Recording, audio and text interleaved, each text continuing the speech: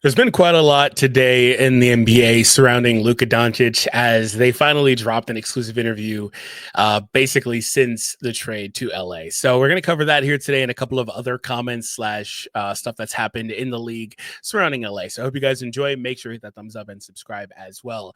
Firstly, really quick, because it was kind of just there and it popped up, but I wanted to just cover Magic here saying that he's concerned because Ant is a matchup problem and he's the most exciting player superstar in the NBA. So interesting. He's not wrong. Ant is absolutely a matchup problem and this is going to be a really good series. I'm expecting 6 to 7 games, but I think it could go either way personally. But I've got my rooting interest and I'm hopeful that it goes a certain way. But I wouldn't be surprised if it went the other way. But Ant is going to be ridiculous in this series. Absolutely a matchup problem. But I wanted to cover that really quickly. But a couple of other things. So firstly, I don't have it up. Rob Pelinka got an extension. You deserve it. He deserves it. So I said all that to say I am still questionable in terms of Rob's ability to put together a team and stuff like that.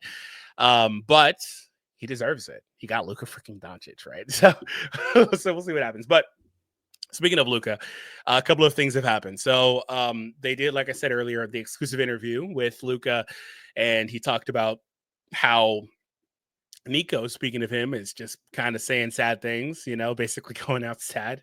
Also talked about how he wants to stay in LA. So I guess we'll kind of just pop this in first. I don't know which one. He is still a key tenet of who you are. Where does that loyalty go now? Does it transfer to the Los Angeles Lakers? Of course. I mean, like I say, loyalty is to the basketball first. Staying in Los Angeles is what you want to do. Yes. So look at the face of that man. That is not the face of a man that is sad. And it's obviously cut like right before. He maybe makes a smile. I haven't seen the full interview. I'm going to watch it later.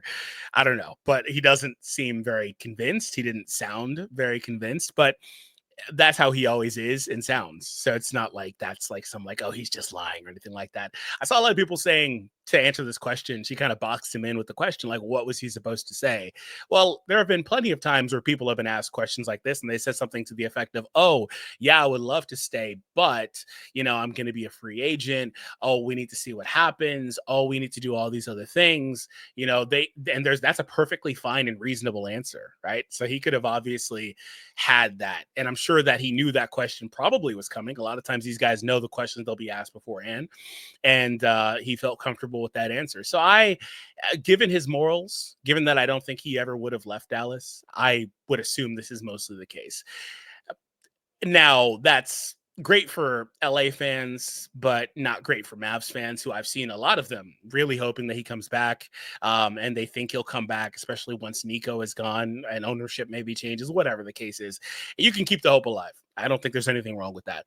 I actually kind of would like to see him go back, but only, last couple of years, last year or two, just to, go back to Dallas. Cause I do know how much he meant to the city, how much the city means to him. You could see it, man. He stayed and he was doing more events after the game, like signing shoes and all that stuff. Like he was really, and then again, he was crying during all that stuff, but what happened, and he's got to make LA his home now. And I don't think, like I said, with his morals, he plans on just jumping ship, especially this soon, directly after this next contract or this contract extension he's eligible for. But that still does remain a problem for LA until he puts pen to paper. He's got one more year under contract. That until he puts pen to paper, that is still something that's in the back of mind. Like maybe they could still screw this up somehow, and he gets pissed off and decides to leave. Again, I don't think he'll do that with his character. And there's nothing wrong, by the way, with somebody taking their talents elsewhere. That's perfectly fine. That's within their right to do. But I think Luka would probably just prefer to stay. Right? He talks a lot about loyalty oftentimes, and that was part of this interview and a part of this question. Speaking of loyalty, let's talk about Nico.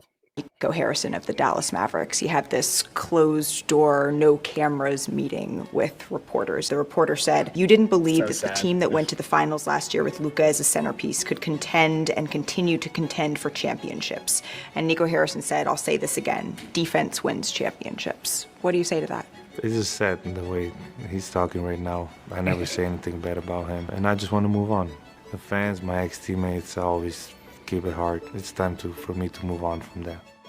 Have you spoken to Nico Harrison since you left Dallas? Of course not. Of course Have you spoken to him on the night that you were traded? No. Of course Was your intention to finish your career in Dallas? Of course. It's an easy question. Like those are instigating questions. Like there's no way he's talked to that man. He hates that man with everything he has because of course he was going to stay. Like I was saying this whole time, he wasn't going to leave. He was never going to leave, right? And that's what makes it like, and that's the piece of it that makes it so heartbreaking. I think for Mavs fans is you have him. He gives you hope. You have with him with that hope, the opportunity to win several times. Like even if here's the thing, even if somehow, some way they wind up sneaking and winning a championship, we've talked about that. Trevor always says that's the one thing that could make it right, and I've always said I can understand that, but I think that this is a different situation. And I've seen repeatedly people online and in our video comments say, "Yeah, that's not good enough." Like that's the thing is that for these people that's not good enough, right? Because there's also the opportunity to win more than one with Luka. You don't know how that he's going to be a superstar for at least the next 10 years, like unless somehow some way his body breaks down, which is the bet that Dallas is making in this trade, by the way. He is going to be that, right? His skill set's going to age amazingly. So like it's unless his body just somehow, some way breaks down again, he's going to be that way for the next 10 years. That's a lot of time, right? And you were just in the finals last year. That's just so inexplicable. And if you're Nico, I don't know if you guys saw, in fact, I don't know if I did that video, but maybe Trevor did it. We've been kind of doing some separate videos lately, but one of us covered how in this interview, Tim McMahon was there and he was asking questions and things like that. And Nico was getting really testy with the replies. Like he was like getting upset that he's getting asked these questions and stuff. There was also a report that the closed interview was something Nico didn't want to do, but it was actually a mandate from ownership to do it this way, which is just weird. Like I don't, it's weird. Like they're never going to be able to separate themselves from this trade. So I don't see what the point is in trying to do that and manipulate who's able to be there, who's able to ask you questions. That doesn't make a lot of sense to me. You're not going to. It is what it is. They didn't anticipate the backlash, sure, but you probably should have. It's not hard to anticipate. I could have told you this was going to happen. And I could tell you this is going to happen when you then double down, triple down, quadruple down 10 times over with all the different things and all the little hit pieces that came out directly after the trade. Oh, they didn't believe in this. Oh, they thought this was a problem. The hookah and the beer, this and that. And it's like, okay, some of that stuff could be absolutely within their reason to be concerned about organizationally. I wouldn't argue that, right? I wouldn't argue that. But you go about it differently. You try and you try and you try until you can't try anymore. You don't breach your breaking point at 25. That's not just off the finals appearance. Like that's not the right time. Okay, 33, 34, 35, fine. But 25, that's crazy. So yeah, it's been all over the place with this. And Nico, the whole situation, extremely sad, the way that it's been covered, the way it's been handled. Really, we're going to look back on this, there's still a possibility Nico is proven right. Like, I guess, unlikely as it could be, I guess, right? Even if Nico is proven right in the end, somehow, some way, I think we'll still look back on this specific trade years down the line and say, well, if I'm ever going to trade these players, if I'm an organization, we can't handle it like that. we can't handle it that way, regardless of the outcome. We can't handle it that way specifically, because the way that this was done initially and the way it's been handled all the way through has been bad. It is what it is. But overall, though, that is the conclusion.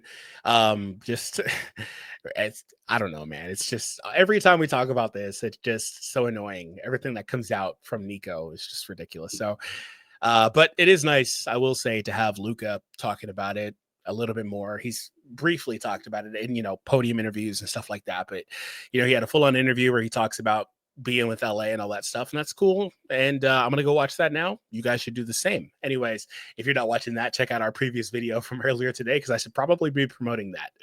All right. I'll see you later.